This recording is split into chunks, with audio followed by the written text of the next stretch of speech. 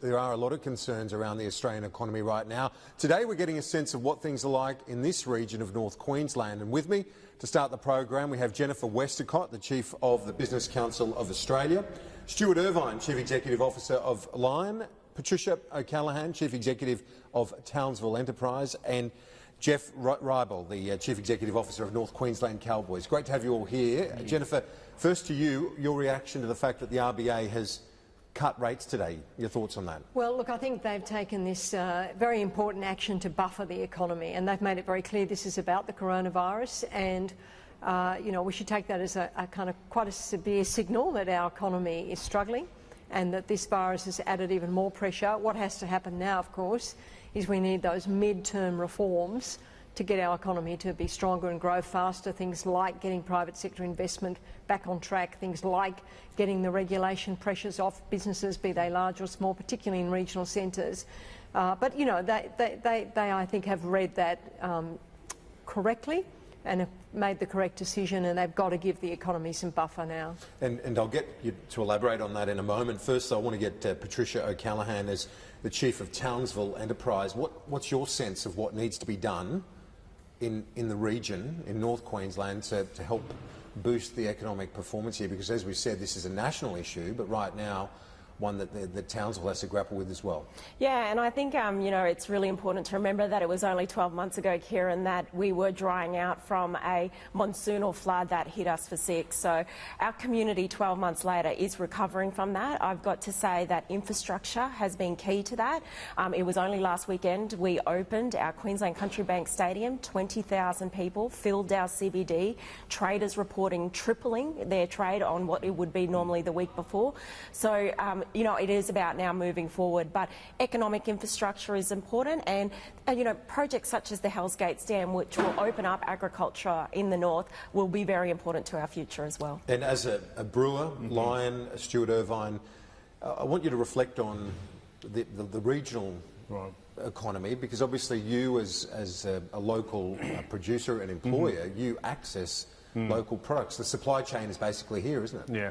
So the supply chain for beer is fundamentally Australian. So, you know, we spend nearly 40 million on Australian agricultural products like malt and barley, for example, every year. But it's not just the supply chain. Of course, all of our customers are here too, and consumers. So we get a real feel for how things are going. Regional economies are really important to us to support them. Yeah, and when we look at this region, one of the massive things that drives passion in this part of the world, I know, is the great North Queensland Cowboys. And you had the first match at the new stadium at the weekend. Yeah. Oh, no, sorry, first event being Elton John concert. The first match is coming up in a couple of weeks. Yeah, first event's coming up for us on Friday the 13th, our traditional rivals, the Broncos. And look, we take what we do in our part of the world quite serious, and we know that the Cowboys were part of the contribution to our community, but also the contribution to our local economy. You know, we account for around $200 million of the gross regional product of North Queensland, and having now the stadium in the middle of the city, you know, following so many other stadiums before us into that area, that can only grow off the 12 events of the Cowboys, along with other events that our region can attract. What do you think is the way forward then, Jennifer, on stimulus? The Prime Minister's been talking about it today, and he says it's not going to be like the GFC. This is going to be scalable, is the way that he put it. What do you want to see? I think that's the right approach. We're not in the 2008 situation. We don't have, you know, an unemployment spectre hanging over our heads. What has to happen is those quite targeted interventions, potentially in some sectors that are very hard hit, like tourism. But we've also got to do the macroeconomic work of getting the economy to go harder. I mean, we've got to remember the economy was growing pretty slowly before we had the bushfires, before we had coronavirus. So we've got to really get the private sector economy going, and that's why we're calling for an investment allowance to make that kind of return on investment decision that companies are going to make easier. And should that be economy-wide? Yes, because as soon as you start kind of carving things out, I mean, you can design these things in ways that attract some investments more than others, but you know, we've got to get the whole economy moving here. But you see it when you're in Townsville. You know, there were these small businesses that, if they just had a bit more capital, they could really get going. They've got the demand, but they need the capital to really get cracking. So we've got to take that economy-wide approach, but we've got to get the kind of regulation, red tape off people's backs. We've got to be careful that we don't do anything now that kind of limits the supply to credit, particularly to small business. Now, we can't have a regulatory overreaction, particularly now when we are going to need to pump prime some parts of the economy. But I think the Prime Minister's right. We're not in a 2008 situation. We need the medium-term actions to get the economy faster. We do not need that short-term kind of stimulus that people are talking about. Stuart, some would say that beer and brewers are recession-proof, but obviously you've got to face the challenges as the rest of the economy does. What would you like to see in terms of the response to what is, not just a health crisis, but becoming a massive economic one as well? I think first of all we've got to recognise that there are some downsides. We're going to get a few less tourists coming from overseas, but we're also going to get the benefit of maybe some Australians taking holidays at home, and some of the cruise ships that were going somewhere else are now coming here to Townsville, we were talking about. So it's a balance, but I think our tourist industry needs a bit of support. So if I was looked at the hospitality industry, that's going to be one of the places where we're hit. On the other hand, when I reflect on Jeff's comments about the stadium that's here in Townsville, there are some regional ways where we can actually build business, because with the concert that was on Saturday, the little brewery that we've built here was completely full. The little local traders that were outside, they sold out, and that's no doubt going to happen at the weekend as well when the Cowboys play the Broncos. So I think in Townsville, we can see the starting of a good hospitality business here. If we can feed that a little bit and help that along, that'll go a long way to helping some of these regional areas which do need a diversification in their economy. Patricia, we've had a lot of focus on Adani the last few years in the national debate, but locally it's up and running in terms of the business, its presence here at least. What can you say about the flow-on effects of that particular business? Because it's not actually just coal mining, is it? No, and we always forgot around this narrative that was being broadcast that they are a major infrastructure and energy company as well, and they're rolling out renewable projects across the country. They have a headquarters literally just a stone's throw away from where we are now. It is full of people and families that have good paying jobs and are now part of our social fabric. The flow-on effects are absolutely widespread through the community. It's not just contracts to support the development of the mine, but it's also just, filling out an entire office space. So it's been criticised, as we know, in the capital cities, and certainly a lot of criticism and campaigns against it. But locally, in central and North Queensland, where we are today, in North Queensland, it's very popular. They're part of our family here, so they're part of our community. They are local people with local jobs, and that is what's really, really important. Speaking of local jobs, Jeff, with the Cowboys, there's a big focus, of course, with employment and youth unemployment in this city. Yes. What do you see as the Cowboys' contribution to skills and the opportunity for employment here? Yeah, one of the things we are doing is we're building the Cowboys Community Training and High Performance Centre, and as part of that, it's a 3-level facility. As part of that, up on level 2, we're building an ecosystem of sports science research along with sports medicine. The sports science research with James Cook University, we have the opportunity to bring unskilled people here to skill up in that area, but also with the allied health opportunities here, bringing skilled people to Townsville and to North Queensland. What that also does is some of the times what happens is people have to leave here and go down south. So we're going to plug that drain of people moving as well. That'll give us that opportunity, and with our centre as well, it'll attract players, it'll attract our staff, and it'll attract people every day to that precinct in and around the stadium. Jennifer Westacott, one of the things that we've found from talking to businesses locally and representatives is frustration at the connectivity challenges. And it's not just the online connectivity, of course, it's the flights in and out of Townsville to give direct flights to major capitals. How does a city like this grapple with a problem like that? Well, I think it's sort of some of the plans that Patricia's working on. How do we get the whole economy here working well? So, there's the hospitality industry that will come off the back of the stadium. Then we've got to look at things like the Hells Gate Dam, which will open up this incredible irrigated agriculture opportunity. And of course, with that comes this incredible freight opportunity, which of course, most freight leaves Australia or its origin in the belly of a passenger plane. And suddenly the economics of direct flights, more direct flights, starts to stack up. I mean, you can't ask people to run uneconomic flights. You just simply can't. But it's about getting the whole of the economy and things like getting the defence industries here, becoming a centre for excellence for defence training, which this area is absolutely set up to do. And then you get tech startups starting, then you get machinery starting, then you get equipment starting. That creates a stronger economy. It creates the demand for the skilled jobs. Then you get the universities creating those new skills packages. Then you can say to companies, actually, why don't you think about putting some of your kind of centre operations, your traditional head office operations in Townsville. But you've got to get all the things working together, and then you create the economics to make it worthwhile to run direct flights here. So effectively talking about the backing the strengths of the local region. Absolutely. With that, as you say, that military base, the largest in the country. Yeah, look, we need across the country, through these city deals in particular, and the city deal's up for a review this year, to back what we're good at. And remember that in making Townsville stronger, the country gets stronger. We're opening up big opportunities for the whole of the country, not just in Townsville. So we've got to back ourselves as a country. And then the private sector will come in behind that, particularly if they've got the right incentives. And they will run those direct flights. They will put the money in. I mean, they'll do what Stuart's doing. They'll put the kind of micro investments in and create, you know, the tiny mountain brewery, which employs quite a lot of people. You know, they will do it because they can see the opportunity. And Stuart, I was interested in the comparison that we discussed earlier between a city comparable size in New Zealand, Dunedin, university town, great football team with the Highlanders. You've got two breweries there, apparently. Yeah, we've got a Spates Brewery and the Emerson's Brewery both there.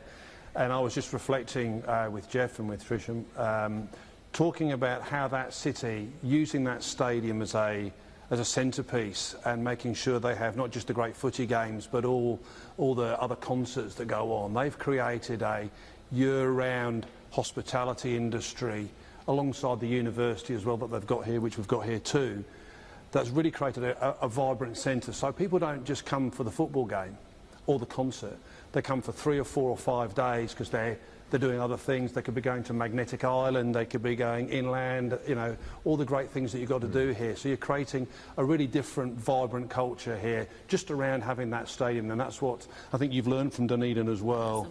Absolutely. That's why when I come here, I really think that Townsville's going to have a really vibrant future because you can see all these little pieces coming together.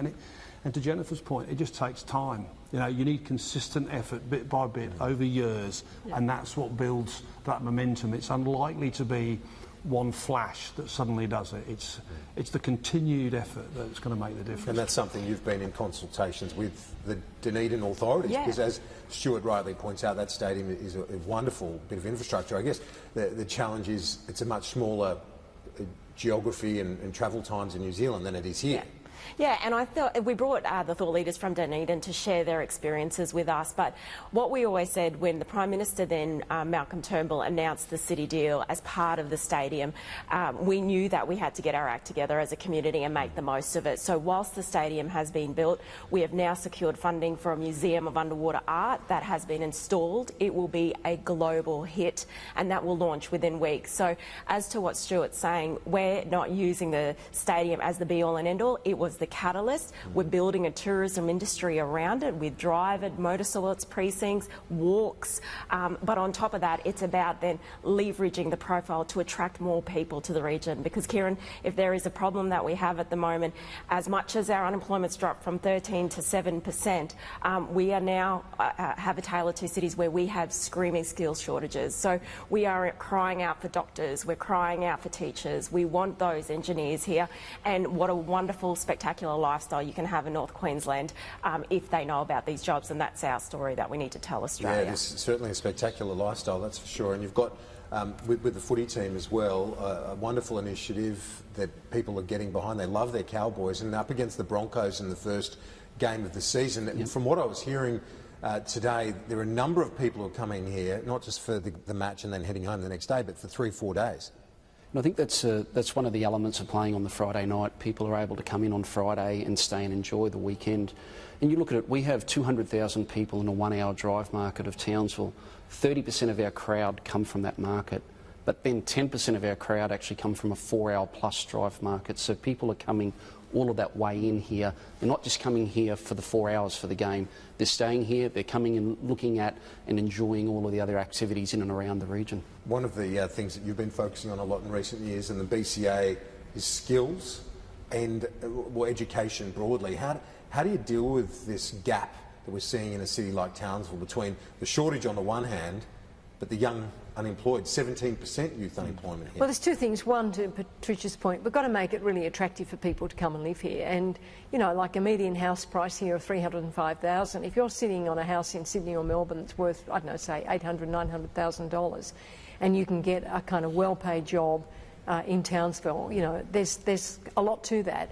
But in terms of, you know, young people, and indeed people who are existing workers, we need to find a faster way of getting people's skills up.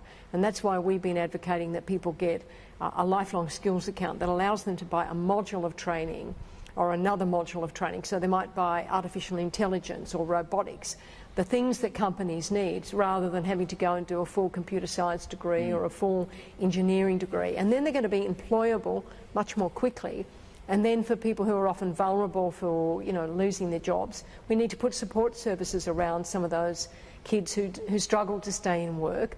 But, you know, it seems to me here the opportunities are there. If we can get the skill system working, if we can promote the region to the southern states for people to come and work here, you've got the labour force that's actually going to be in its own right an economic booster. Patricia, is that your sense of things? Are people getting it right in Townsville, or can those improvements be achieved here? I think they are, and I think it's starting to happen. And it's also the partnership with our universities and business, and that was raised today. We have a wonderful university with James Cook University here, Central Queensland University, but we hear that businesses need to be talking to our tertiary sectors as well to let them know what are the skills that they're going to be needing in the future.